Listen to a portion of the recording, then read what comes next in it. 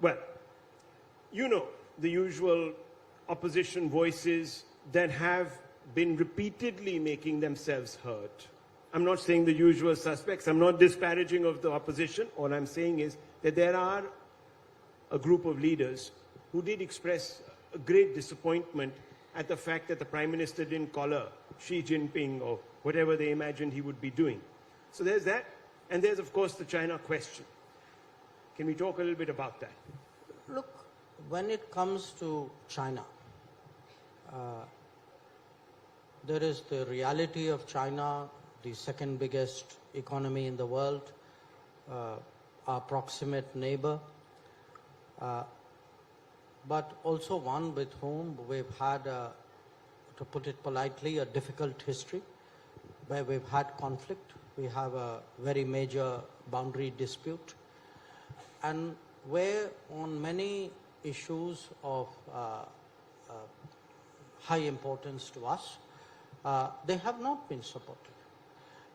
This could be our quest for permanent membership of the UN Security Council and reform of the UN.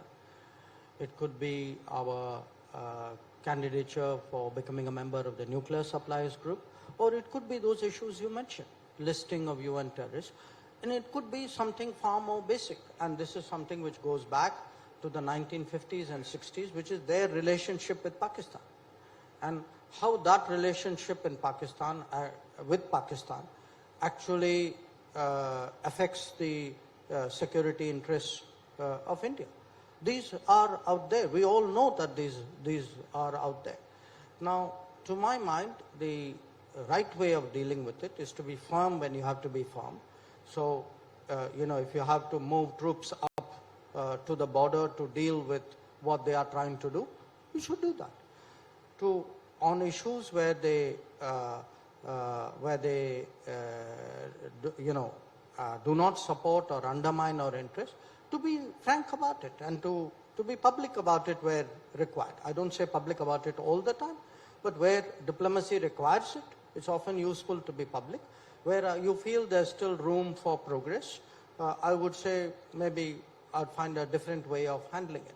And at the same time, maintain, you know, I would say the decorum and the dignity of how, you know, leaders behave. I think that is how this is managed, and I think that's exactly how this has happened. Now, there are people, you know, who can take positions, I guess, especially if they're free of responsibility, you can be pretty sort of casual or thoughtless about what you say. You know, it's a free country. I mean, people are entitled to say things, but I think responsible, sensible people will see that, you know, there are ways in which a leader of India behaves. If you are going to be a president of a G20, you're going to be president of the Shanghai Cooperation Organization. Those are responsibilities that you have taken on. So you see no contradiction between the lack of perhaps public posturing by the Prime Minister on China and what he does privately. That's what you're saying. No, I don't think the Prime Minister has postured publicly on China. I think the Prime Minister has been very firm on China. And the Prime Minister has been very, very clear that, and not just in his words, he's actually been very clear in his actions. I mean, please understand the efforts which were made from 2020 onwards in maintaining such a large force on our borders.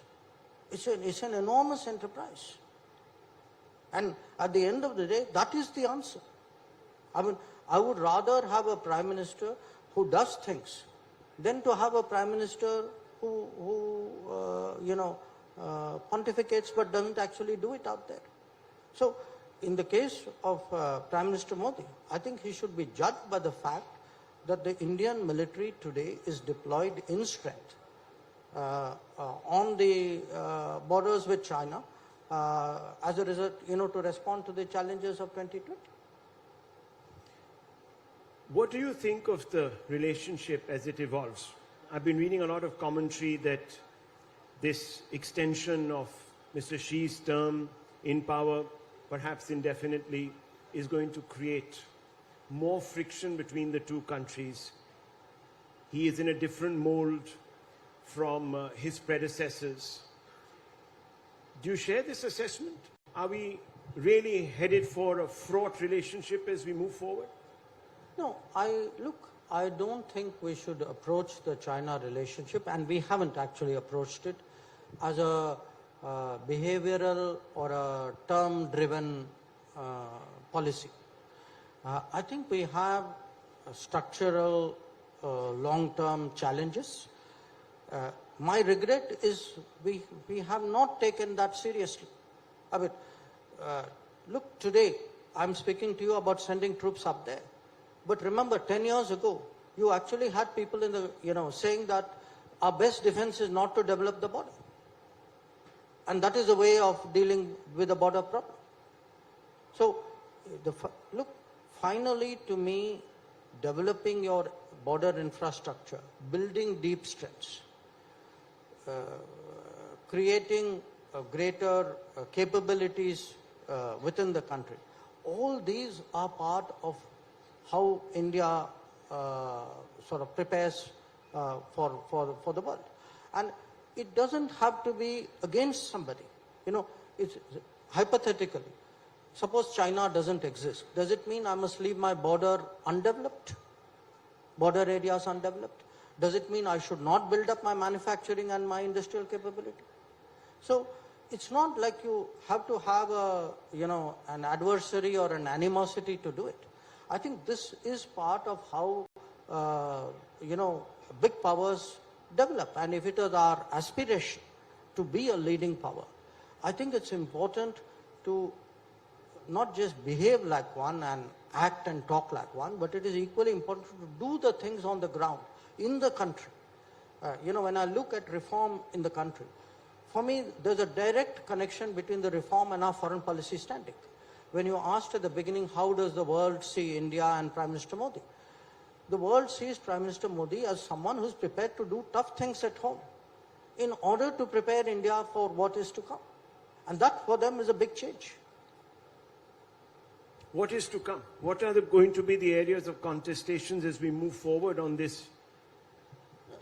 Look, again, how India and China reach some kind of balance, that will happen if it does, through events, processes unfolding.